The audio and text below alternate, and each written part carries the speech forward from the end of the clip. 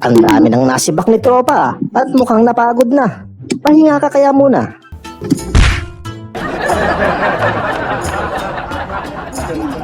Dati, kapag may toma ang tropa, always present siya. Pero simula nakahanap ng bagong sideline, hindi na sumasama. Malay ko dyan. Ang laging rason, busy lang daw sa trabaho.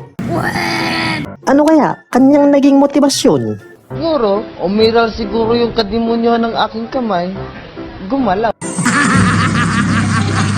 Imbis na tumutok sa kotse, ibinaling ang lumuluwang eyeball sa paparating na babae. Ayan ngayon, iyari. Iba na talaga ngayon, halos digital na. Tulad nito mga pulubi, outside the country. Scan mo lang ang QR at voila, instant limos na. Meron din silang pang swipe ng card para pera, di mo na need maglabas. Pero ingat lang, dahil baka lahat ng iyong pera malimas. Kung bagong daan ka lang dito, maaari lamang na mag-like at subscribe. Isama mo na din ang bell icon nang maging updated sa mga susunod ko pang mga uploads. At syempre, pwede mo ding i-share ang video na ito.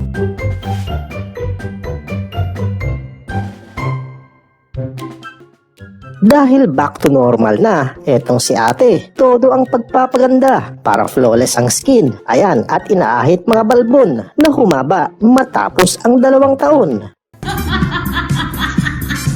Kilay is life, ika nga. Yan ang teknik ni Kikay para pantay ang mga kilay. Ayos ah. Kesa ang galit sa talakan daanin, idinaan na lang ang gigil sa ganitong game. Ang matalo, matatampal na may kasamang icing. O di ba? Mas exciting. Hindi lang dapat ikaw ang ma-fall. Kailangan kayo pareho. Sabi nga nila, di ba? It takes two to tango.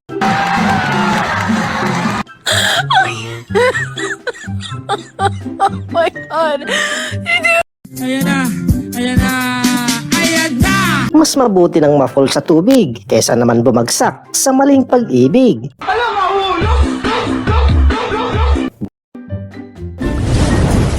Kaya sa tamang tao ka magmahal para hindi madapa. Minsan kasi, dinadaan lang nila sa dulas ng dila. At ayun, akala mo, totoo na. Kalaunan, kapag ikay iniwan, sobra ka palang masasaktan. Yun bang tipong tila buhay mo, dumausdos pababa at nawalan na ng patutunguhan.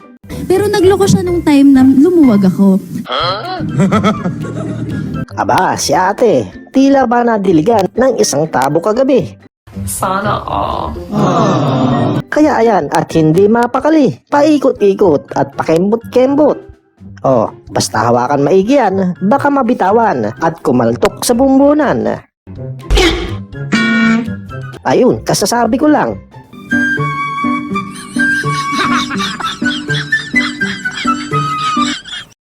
Banda sa kanila, may gang na nabuo, hindi tao, kundi mga aso. At kapag sila'y nagkatagpo, panigurado, gulo. Walang sino man ang may gustong umawat. Siyempre, mahirap na ang makagat.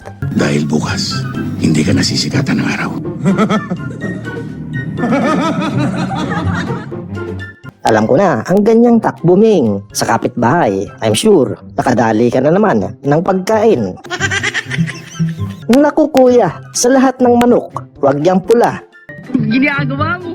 Ayan, takbo ka.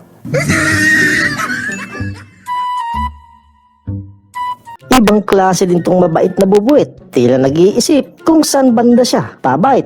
At nang lumapit, tingnan nyo naman at hindi sumampa para di maipit. Gulat ka, no? Pautak talaga.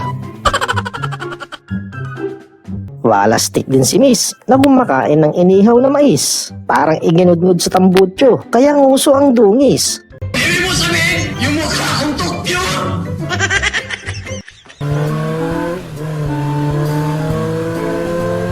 Atol, para mahuli ka ng pulis. Patakbo mo kasi, sobrang bilis. Umaabot na ng 100 kilos at ilang guhit. Sa kapunta to the moon, road trip, Dapat sa anumang oras, lagi kang alerto, maski patulog ang katabi mo. Dahil you'll never know.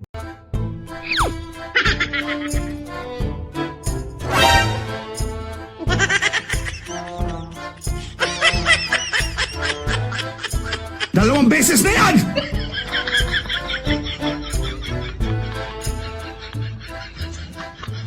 Mukhang makakahuli siya ng matambok na tilapia.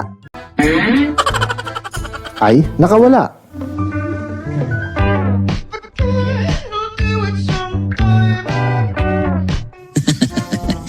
Ganito dapat ang kanyang ginawa.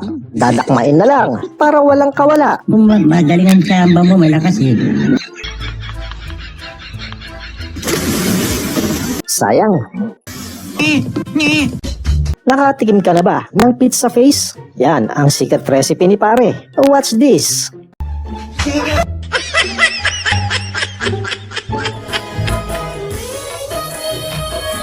Kaya naman masarap at malinamnam ang lugaw na tinda dahil may halong matamis ng ngiti at nakakaaliw na giling pala. Magbabago rin po ako, kaya lang hindi po siya ngayon. Eto si Mang Kanor, ang problema dinaan sa pagtungga. Kaya ayan, paglakad, mukhang sumasayaw ng cha-cha na wala namang musika. Di na pati maisuot-suot ang tsinelas na tila inaayawan na rin siya.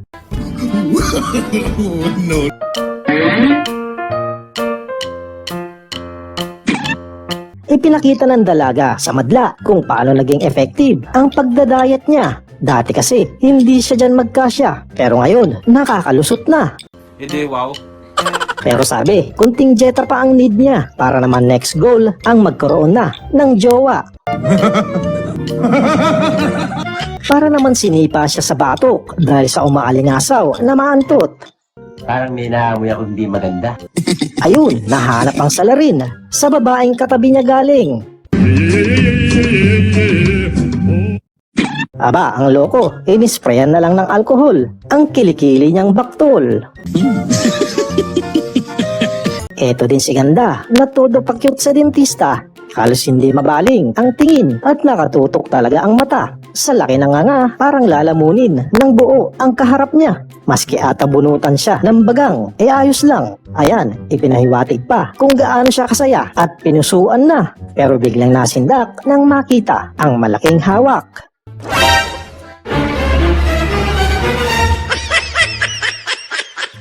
Para mawala ang mga sakit-sakit sa katawan at makaiwas sa karamdaman, ehersisyo ang sagot dyan.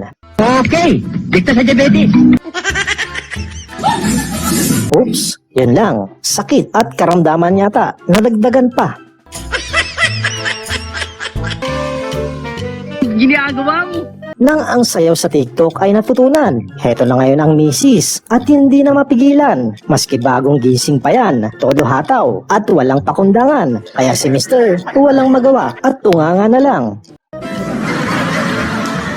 Heto pa ang isa, kung saan kinain na ng sistema. Kahit nasa kusina, tuloy pa din ang padyak at ayaw matigil sa pag-indak. At yan mga kaibigan ng aking mga nalimbag na mga pampagood vibes. Naway naaliw at natuwa kayo sa ibinahagi ko. Maraming salamat sa walang sawang panunood at magkita muli tayo.